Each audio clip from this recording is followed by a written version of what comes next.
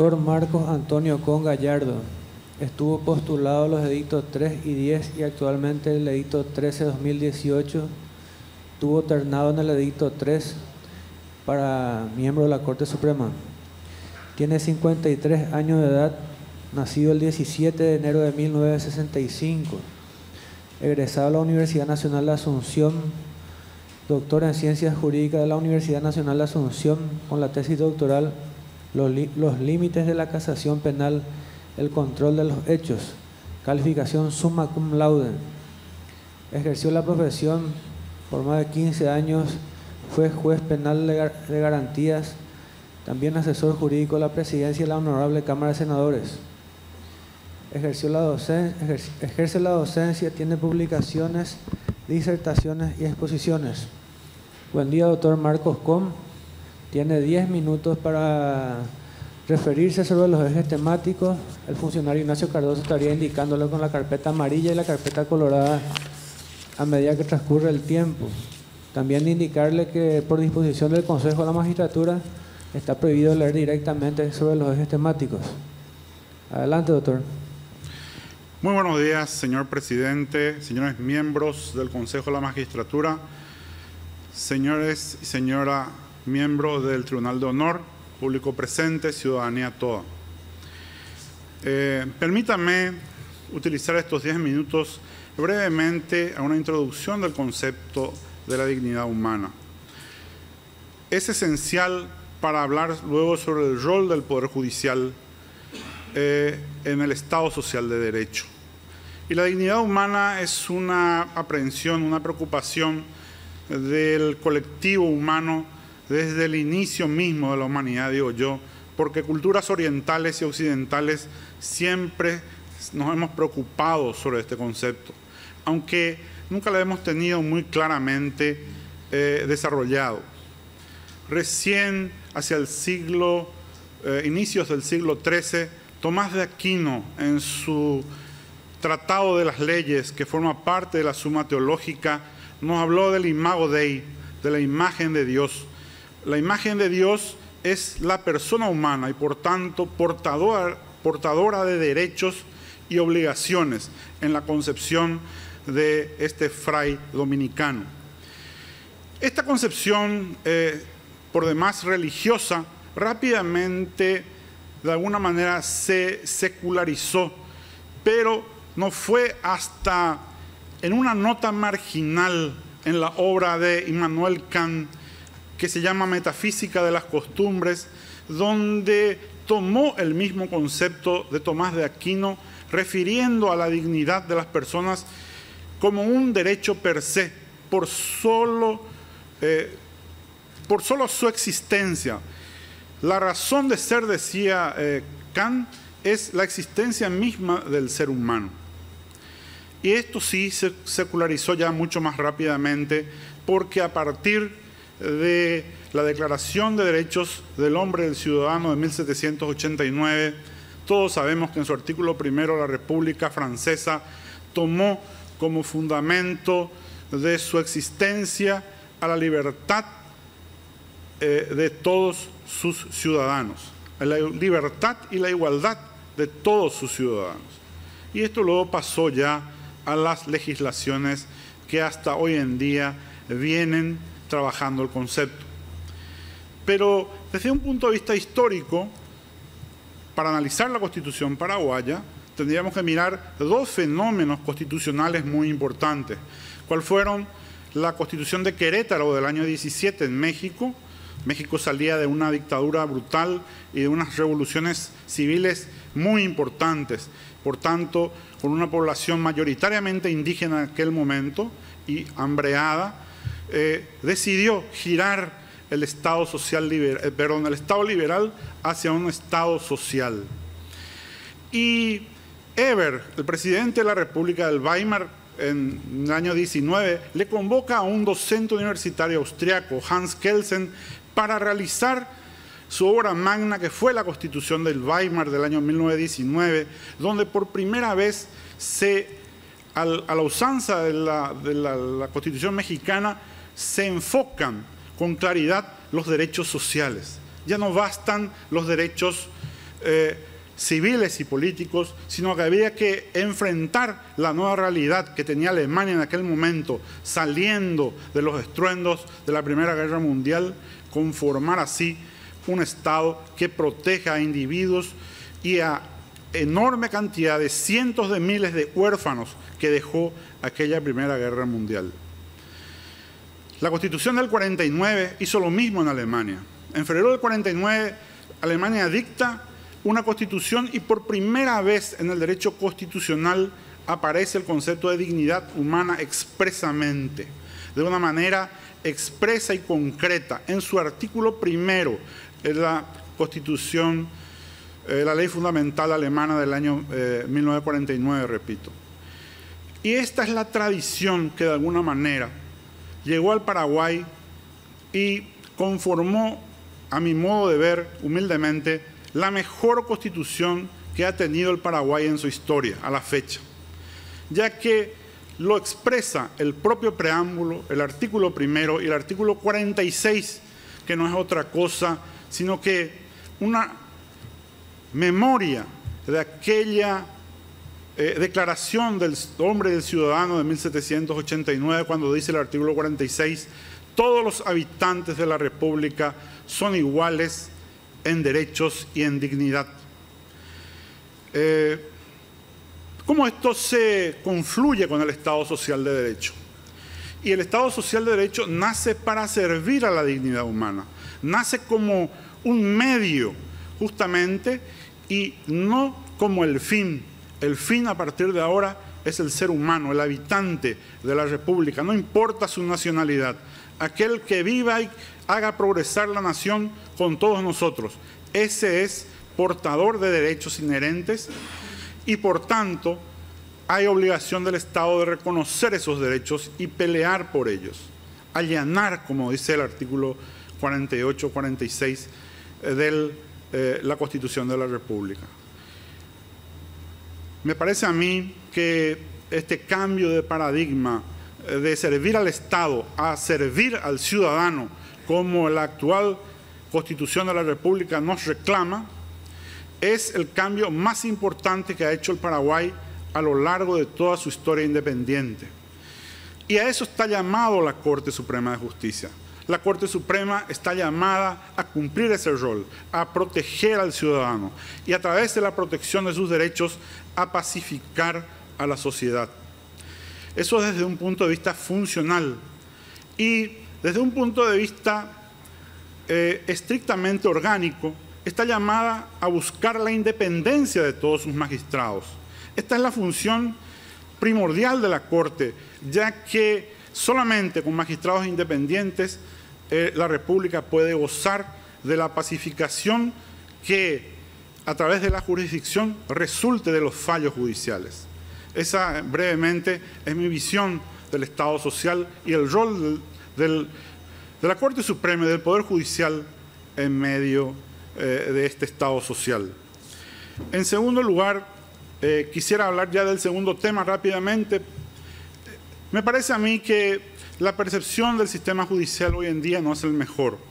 Y esto viene de larga data, no nos engañemos, no es una cuestión que se escucha últimamente o que se ve últimamente. Hace muchísimos años, como testigo ocular y viviente de los procesos judiciales en la República del Paraguay, venimos escuchando justamente diatribas de todo tipo en el andar del sistema judicial. Hoy vemos los diarios, vemos las percepciones de los organismos internacionales y hay muy poco que agregar a todo ello. De hecho, entonces, vivimos lastimosamente con un poder judicial que está acusado de falta de independencia y también con un sesgo de corrupción. Para ir avanzando sobre el punto, quisiera rápidamente esbozar algunas ideas que tengo en relación a la Corte Suprema de Justicia. Me parece que la Corte Suprema de Justicia ha obrado significativamente bien en relación a la descentralización administrativa o este proyecto que viene llevando adelante hace muchos años.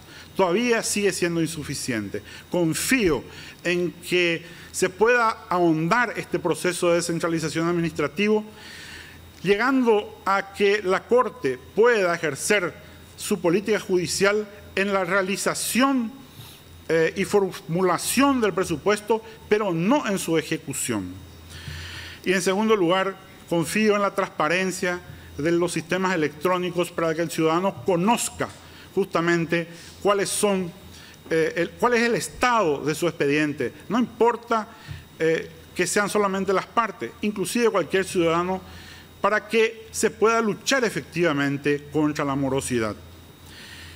Finalmente, me parece a mí que en la sala penal, porque de eso estamos hablando en el día de la fecha, hay que profundizar los sistemas de reforma penal y establecer sistemas mucho más adversariales, donde sean los ciudadanos quienes confronten con el tribunal y no el tribunal quienes confronten con los ciudadanos. Y finalmente, yo diría, un Consejo Nacional Penitenciario, donde sean llamados el Ministerio de Justicia, la Corte Suprema, el Ministerio Público, la Defensa Pública y diversos organismos que tengan que ver con la realidad de las personas privadas de libertad. Hay una enorme cantidad de personas privadas de libertad de manera, me parece a mí, ya hasta arbitraria. Se está abusando justamente de la prisión preventiva. Para ello serviría esta figura. Muchas gracias. Muchas gracias, doctor. Tiene la palabra los miembros del Tribunal de Honor, la doctora Amparo Samaniego Vido de Pasión. Gracias. ¿Cómo está, doctor? Su opinión sobre la certeza constitucional. Sí, el certiorari es una figura constitucional que no fue implementada en nuestra actual Carta Magna. Ella no forma parte del plexo normativo, por tanto yo no concuerdo con esta figura. Ciertamente la Corte la ha utilizado en atención a lo que dispone el Código Procesal Civil, pero esta figura de la declaración de certeza es una figura que hace relación a bienes y no precisamente a derechos. Por tanto, no comparto esta como competencia de los tribunales en materia constitucional. Gracias, doctor. Muchas gracias, doctor. Tiene la palabra el doctor Sixto Volpe. Buen día.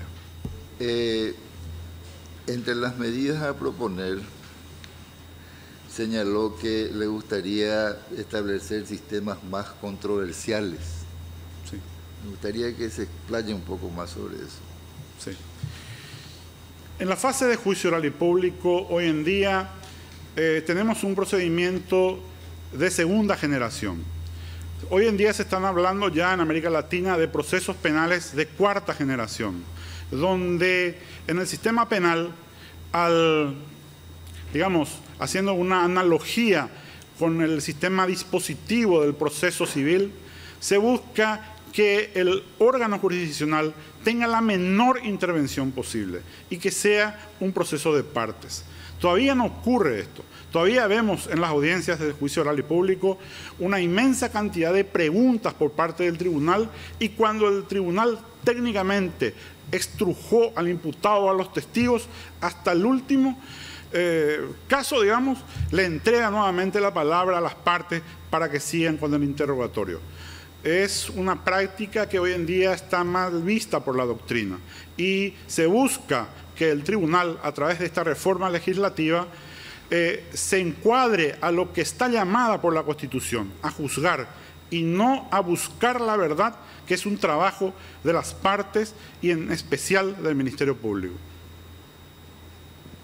Muchas gracias, doctor. Tiene la palabra el doctor Roberto González.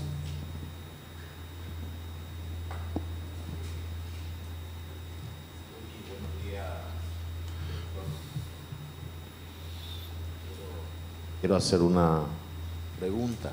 Buen día, doctor. Al responder la pregunta formulada por la doctora Amparo, usted manifestó no estar de acuerdo con la figura de la certeza constitucional, Sí, señor. por las razones muy bien explicitadas en el tiempo que se le ha permitido abordar el tema.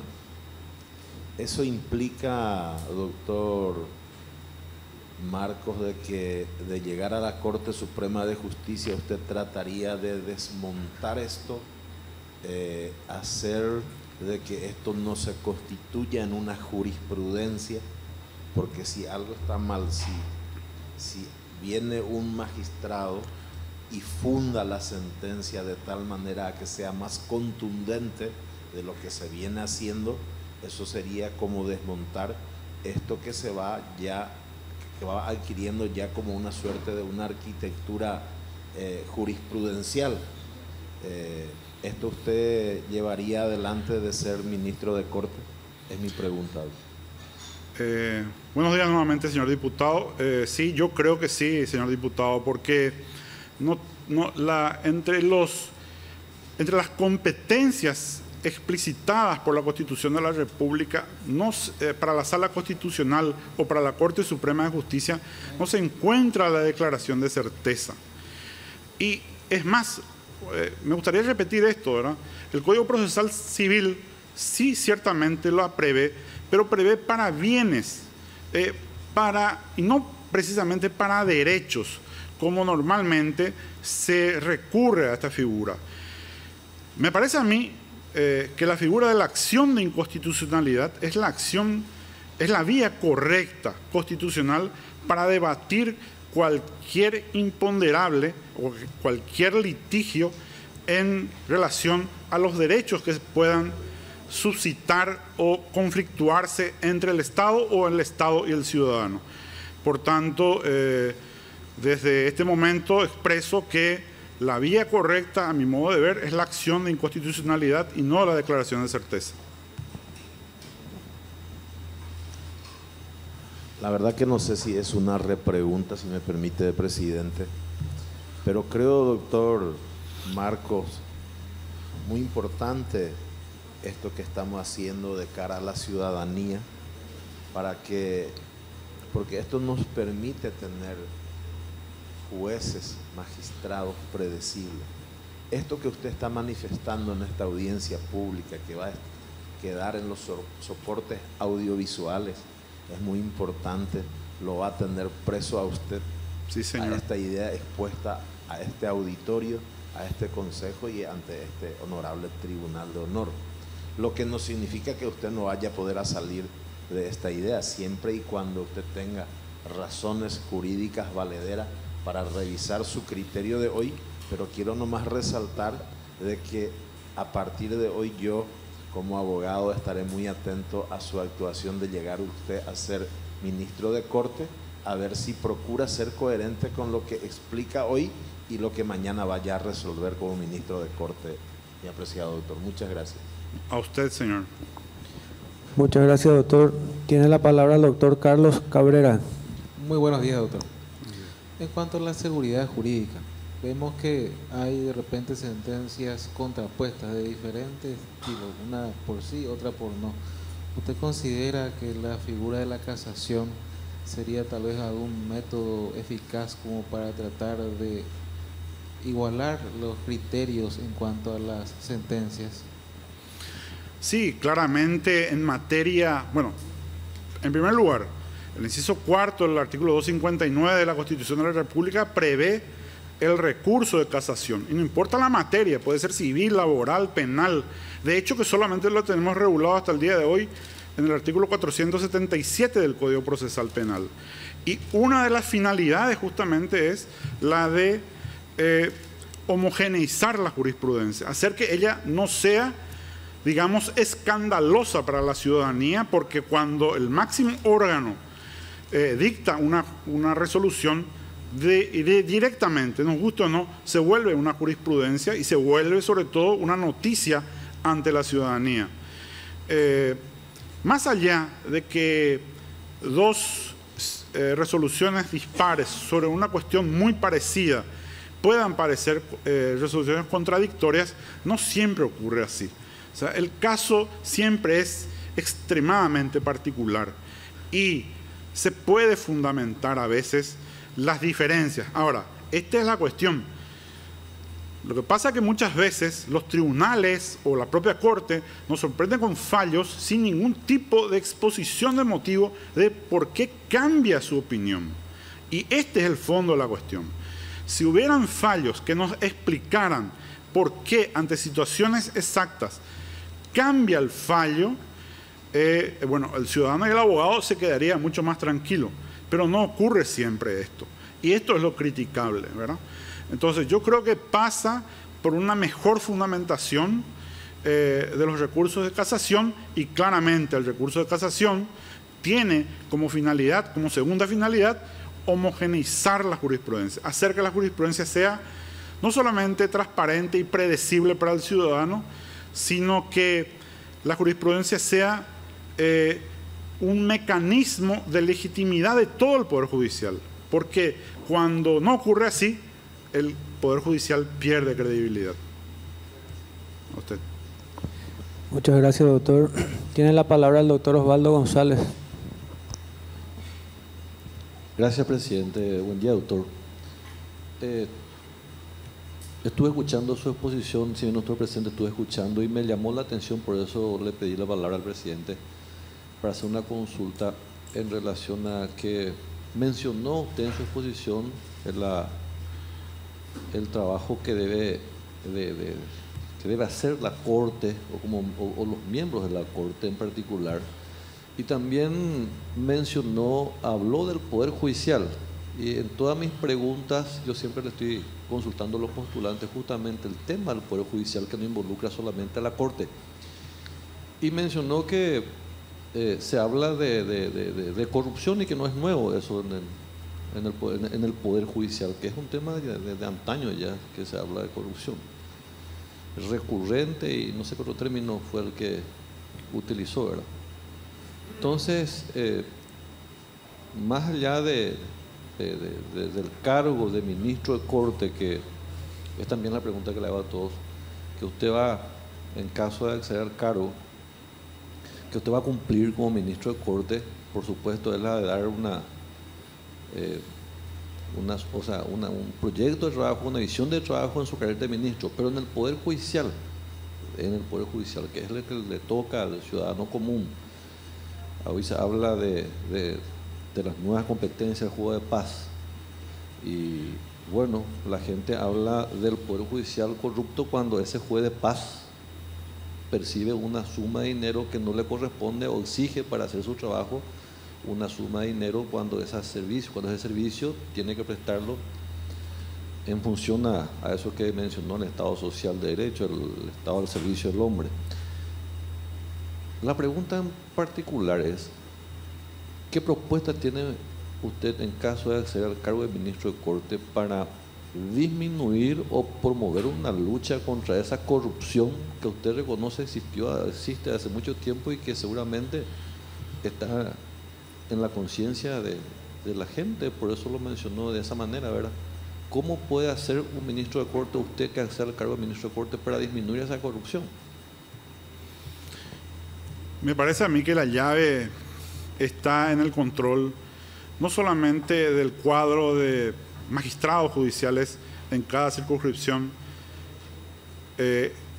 también en el tipo de resoluciones, las gestiones que realizan esos magistrados y sobre todo un contacto fluido con la ciudadanía, con los colegios de abogados, con las cooperativas, con el ciudadano común, el ciudadano de a pie. Yo tengo mucha experiencia porque fui juez penal en la circunscripción judicial de Caguazú, en la ciudad de Coronel Oviedo, por varios años. Y recuerdo allá de que nosotros como magistrados, junto con los camaristas, no teníamos ningún problema de exponernos al escrutinio público e ir a visitar cooperativas, ir a visitar a la iglesia, reunir a las personas y hacer de alguna manera lo que se llamaría hoy un informe de gestión. Cada tanto hacíamos esas visitas a los órganos sociales Y esto ayudó muchísimo a entender cuál era nuestro rol en primer lugar, a entender con qué estábamos peleando en aquel momento. Ayudó a tener fluidez con el Colegio de Abogados. Y yo creo que esto es lo que hay que replicar, ¿verdad? El control no solo debe ser orgánico, sino que la presencia de los magistrados, y más aún de los ministros de la Corte, tiene que ser con una idea de comunicación frecuente con la ciudadanía. Y yo insisto en esto. Me pareciera a mí que la Corte Suprema tiene que brindar en cada circunscripción del país y también en la capital un informe de gestión al menos cada un año.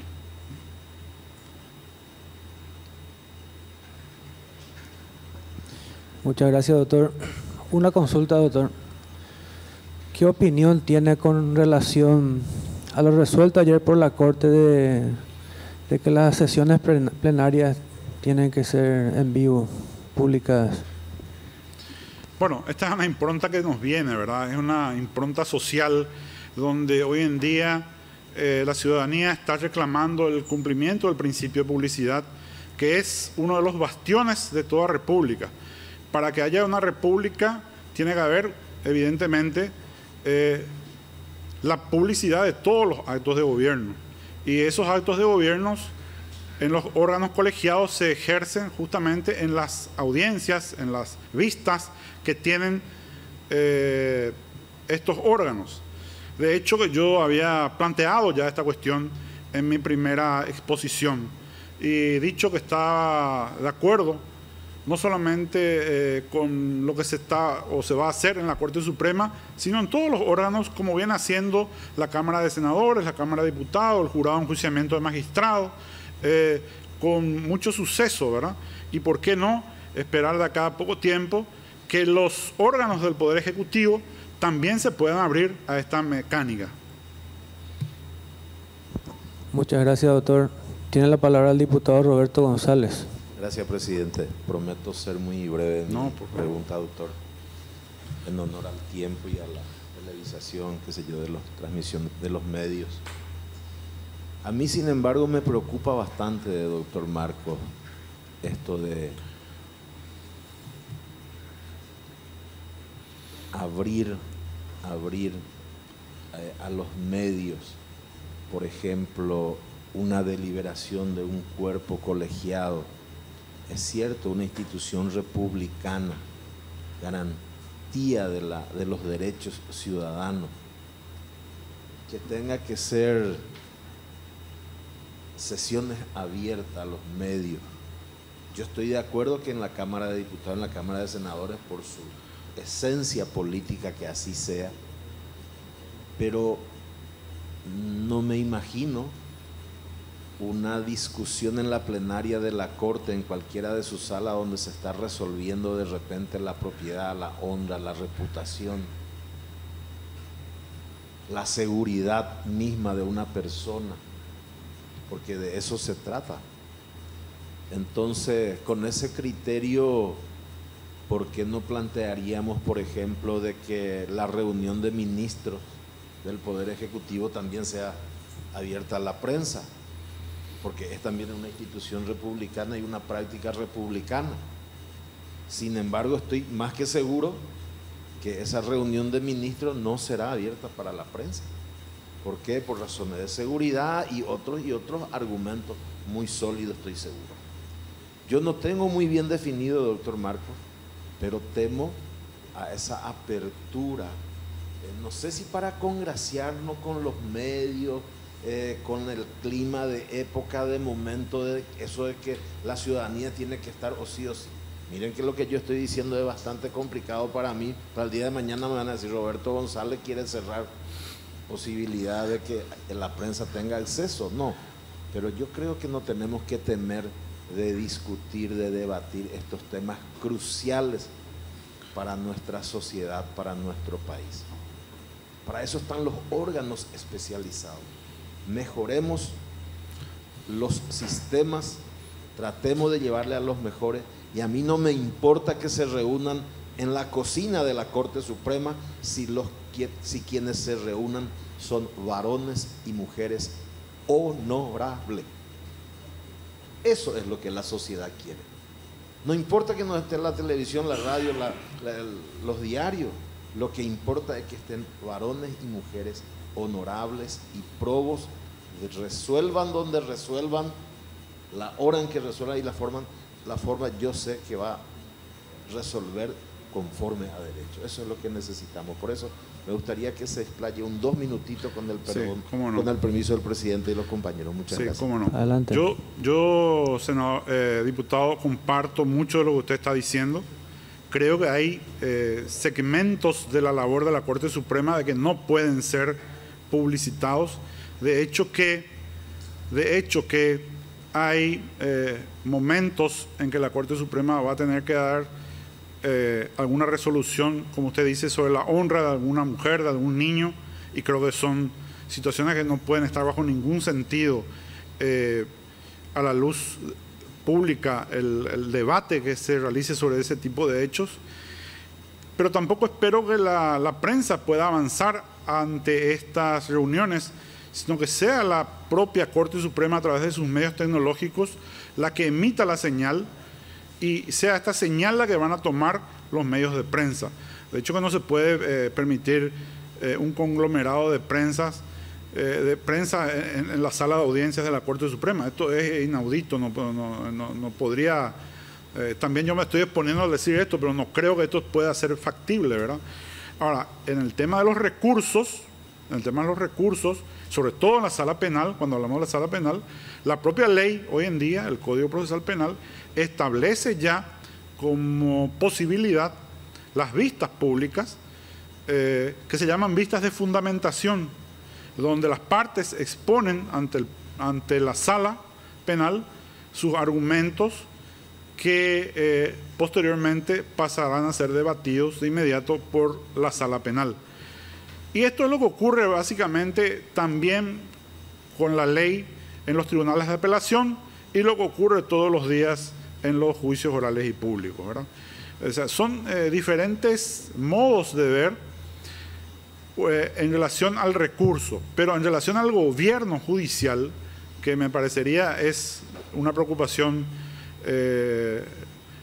más importante desde el punto de vista de su discurso, yo creo que habrá momentos en que la señal deberá ser cortada porque se van a disponer situaciones sobre la seguridad interna de las circunscripciones, la seguridad interna del propio Palacio de Justicia, o se hablará sobre, como usted estaba diciendo, sobre temas que evidentemente nos imponen la excepción al principio de publicidad. Y esto no forma parte de una discrecionalidad, sino de una realidad en la aplicación del principio de publicidad. El principio de publicidad no es un principio absoluto, sino que tiene técnicamente una serie de excepciones que hacen a la vigencia del mismo. Muchas gracias, doctor. Con esto damos por finalizada su exposición.